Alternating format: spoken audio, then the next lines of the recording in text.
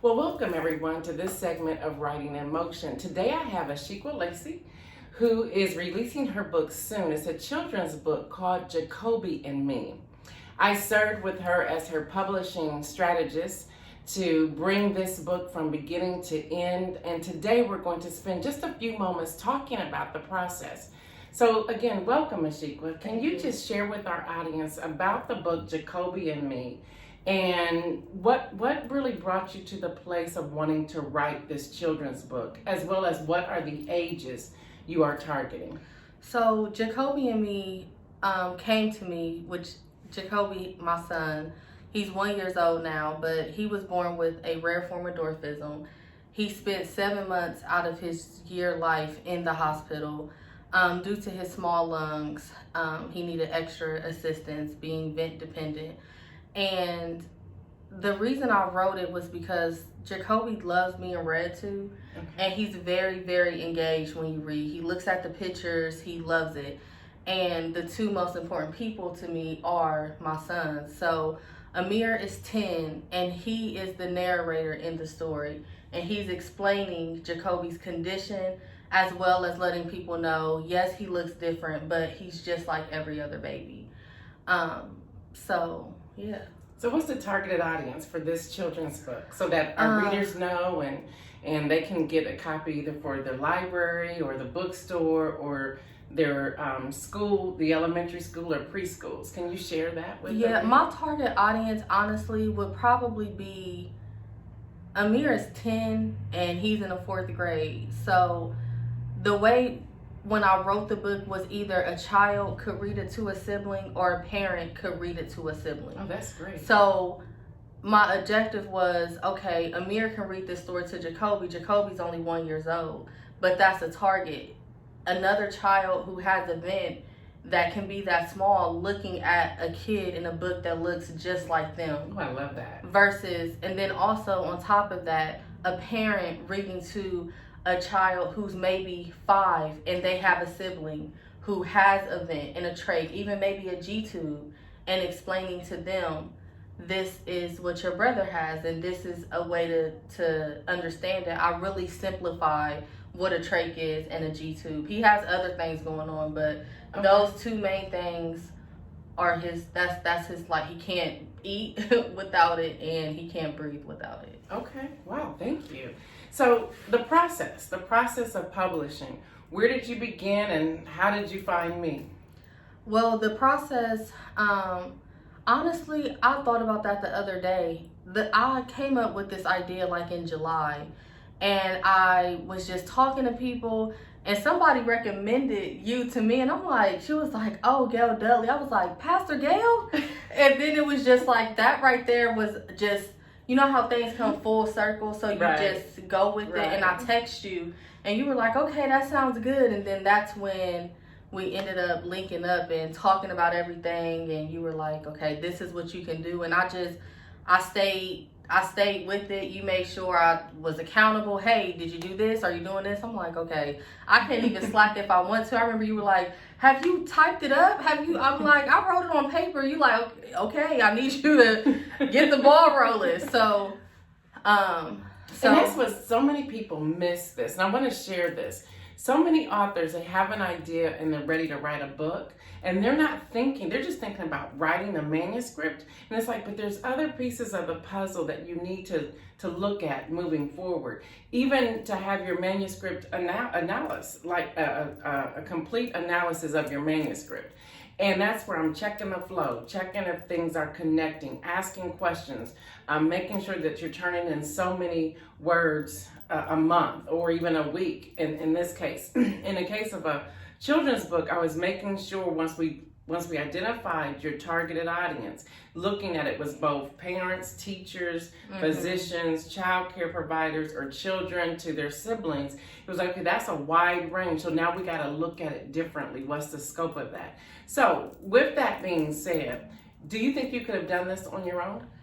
Honestly, I started off like Googling everything. This girl swears God and Google will get you everything you need. Google is your friend. However, Google doesn't talk to you, and when you look at Google, it's so many different people's experiences Okay. that you don't know which way to go. Like, okay, well, they did it like this and they did it.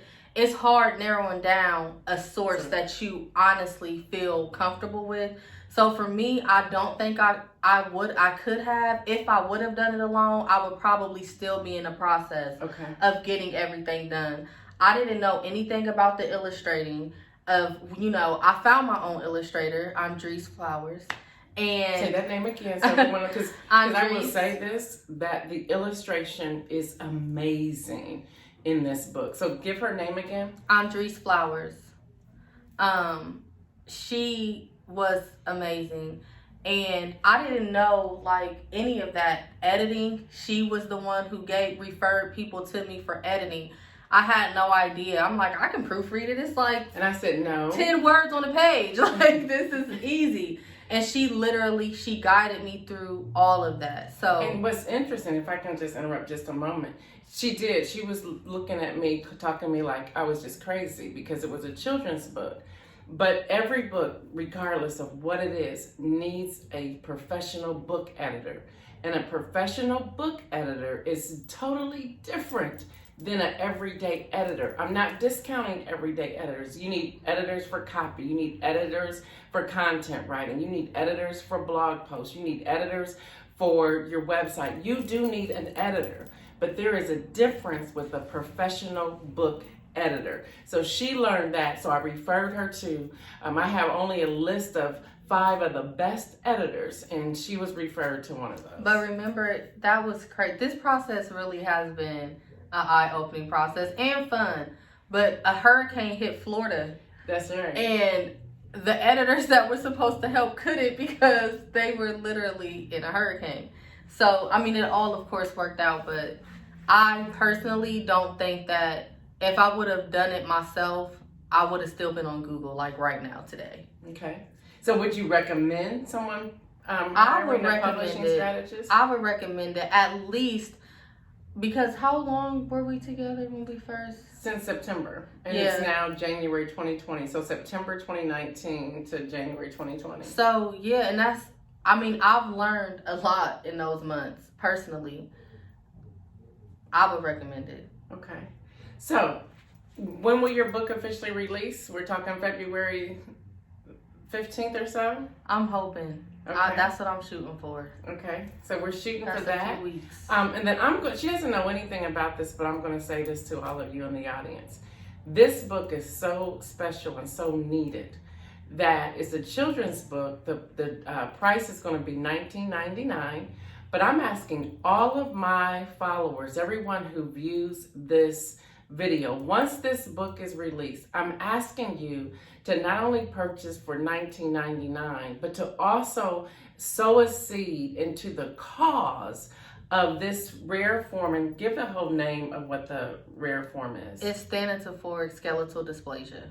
And I ask her that every time we get together because I can never remember it. But I want us to really help. And so she is doing something major in the community by educating people about this rare form. And I want us to support her in this.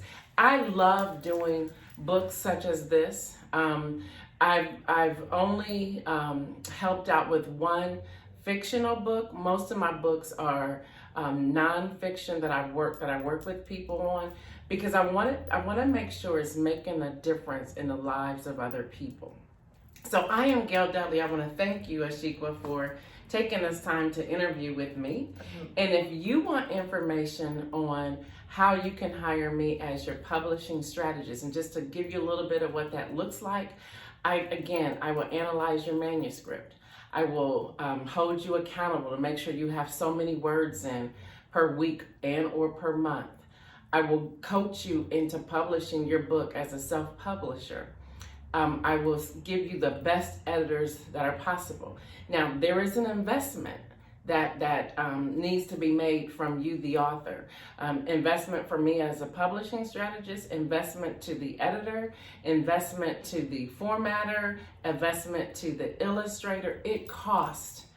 And if you want your book to stand out from all the others, and just so that you know, and you can Google this to find this out yourself, there are over 1 million authors So what's going to happen to make sure your book is not in your garage or in your basement or in a corner, in boxes in a corner?